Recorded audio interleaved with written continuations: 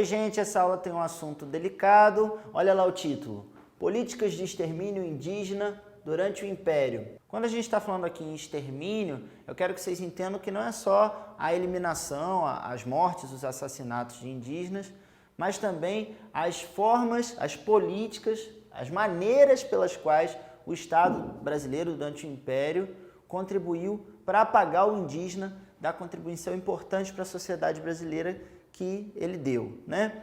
A gente vai começar a falar disso a partir desses tópicos aqui.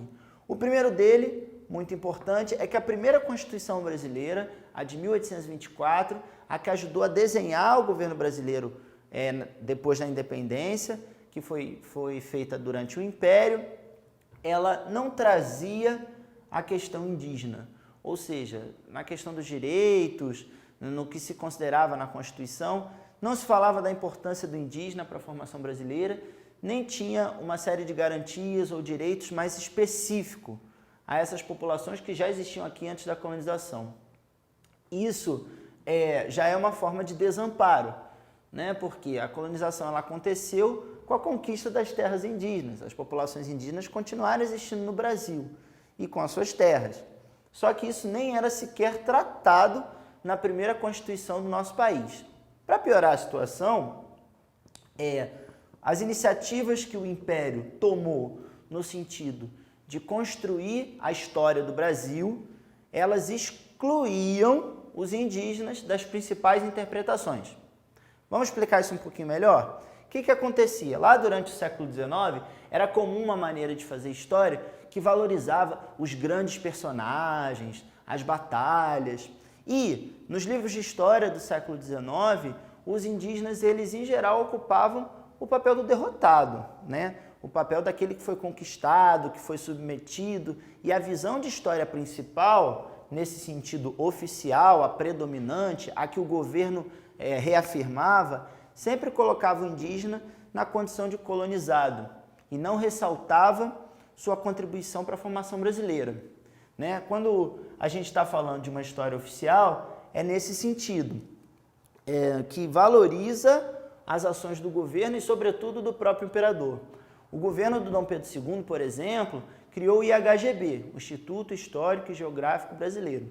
Nos primeiros manuais do IHGB existe essa característica, onde o indígena é diminuído ou só colocado como o objeto da colonização, aquele que sofreu a colonização, sem nenhum tipo de valorização da própria cultura indígena, das histórias trazidas pela oralidade, de tudo isso que hoje a gente acredita que é muito importante de ser estudado.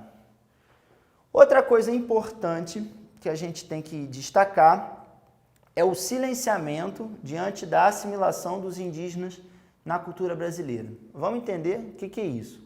Silenciamento é fazer silêncio, é não falar sobre, né? A principal maneira que o Estado brasileiro durante o Império fazia de tratar a questão indígena era por meio da assimilação. O que isso quer dizer? O indígena ele passa a fazer parte dessa civilização brasileira, vamos dizer assim, que é dominada pelo ponto de vista do colonizador. Então, esse silenciamento da cultura indígena, que a gente até comentou, né, que existia no próprio IHGB e nas outras ações oficiais do Império, ele é uma característica marcante da maneira que o Império Brasileiro tratou a questão indígena, sempre do ponto de vista da assimilação, ou seja, é o indígena que tem que entrar nessa civilização que o colonizador está construindo, que o homem que é mais próximo do europeu está construindo, e não, digamos assim, uma convivência que pudesse levar em conta essas duas tendências, tá certo? Além dessa questão de estar afastado das leis, a questão indígena, o fato de haver um certo apagamento do papel indígena na formação do povo brasileiro, existia também alguns problemas de ordem prática. Um tópico que eu gostaria de aprofundar com você que está me assistindo é com relação à Lei de Terras de 1850. Vamos entender isso aqui de perto. Lei de Terras foi a primeira lei mais específica que o governo brasileiro criou para tratar da questão da propriedade privada, da propriedade de terras especificamente. Essa lei dizia mais ou menos o seguinte, que quem já possuía terras a essa altura da história brasileira, em 1850, já pertencia como posse, era dono dessas terras e só poderia adquirir outras terras por meio de compra e venda. O restante das terras, que ainda não eram tão exploradas, digamos assim, pertenciam ao governo imperial, que nessa época estava nas mãos de Dom Pedro II. Vamos pensar junto o significado disso. Feita dessa maneira, a lei de terras favorecia quem já tinha propriedade, ou seja, quem já tinha uma condição relativamente melhor, porque teve o seu direito de propriedade assegurado, né? E o império ficava com o controle do resto das terras. E a pergunta, e os indígenas? Né? E as reservas indígenas? E os locais mais remotos, mais no interior, onde essa discussão não tinha chegado? Segundo a lei de terras, todas essas propriedades elas faziam parte do império e não pertencentes aos indígenas e seus descendentes. Para vocês terem uma ideia de como essa lei é elitista e protege só os proprietários de terra, excluindo os indígenas, eu vou fazer aqui uma comparação. Na mesma época foi assinada nos Estados Unidos uma lei de terras também. Só que a lei de terras deles dizia o seguinte, as terras que estavam mais afastadas das áreas que já eram povoadas, elas passariam a ser de quem as povoasse. Olha a diferença. Então, se houvesse um interesse de alguém em obter uma terra, poderia ir em direção do interior do país, se estabelecer que com o tempo aquela terra se tornaria posse dele. Completamente diferente do que acontece no Brasil. Na prática, a lei de terras, ela aprofunda a desigualdade social, ou pelo menos a reproduz. Por quê? Quem já era rico, quem já tinha propriedade, continua a ter, e quem não tinha, continua a não ter, que era o caso de muitos dos indígenas, que, veja, já povoavam aqui o Brasil antes da chegada do português, e agora, durante o Império do Brasil, tinha a posse de suas terras retirada, pelo menos na forma da lei. Tá certo? Outra coisa que aconteceu muito durante o Império, infelizmente, e muito em função desse mercado de terras que se estabeleceu, foi o extermínio de grupos indígenas. Né? Às vezes, grupos de comerciantes interessados em aumentar propriedades, para explorar economicamente, para plantar café, eles invadiam áreas de reserva indígena e o governo imperial não protegia esses povos de cultura indígena. O que havia era uma proteção e um privilégio desses grupos de comerciantes e cafeicultores.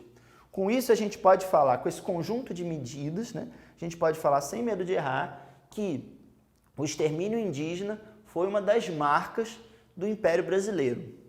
Para a gente encerrar essa discussão ainda sobre a relação do Estado brasileiro com os povos de origem indígena, eu trouxe aqui uma reflexão final. A imagem do indígena brasileiro, como essa que está representada aqui, ela foi muito explorada pelo Império e pela elite intelectual do Império dessa época, de uma forma diferente, não garantindo a eles direitos, na literatura do chamado romantismo. Romantismo era um estilo literário, um jeito de fazer literatura que estava em moda naquela época no mundo e também no Brasil, que tendia a valorizar o sentimento nacional. Né? No caso brasileiro, em várias obras do romantismo, tem uma valorização desse indígena como o brasileiro verdadeiro, o brasileiro original. Um exemplo é Iracema, do escritor brasileiro José de Alencar, que tratava como personagem principal de um romance uma indígena, né? Sempre visto de uma maneira muito positiva, como se fosse inocente, como se fosse a raiz verdadeira da cultura do Brasil. Só que veja, enquanto nas artes esse indígena foi retratado de uma maneira positiva, de uma maneira como o que era original no nosso país, por outro lado, na prática, de maneira completamente diferente e contraditória, o que acontecia eram as políticas de assimilação. Ou seja, o indígena ele era obrigado pela política imperial a fazer parte das regras do imperador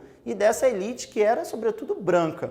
Então, existe aqui uma contradição muito forte, por isso que eu botei esse xizinho aqui, fazendo um versus, né? Se, por um lado, o romantismo valorizava a figura do indígena, a prática era bastante diferente. Para a gente encerrar, eu vou fazer um convite à reflexão.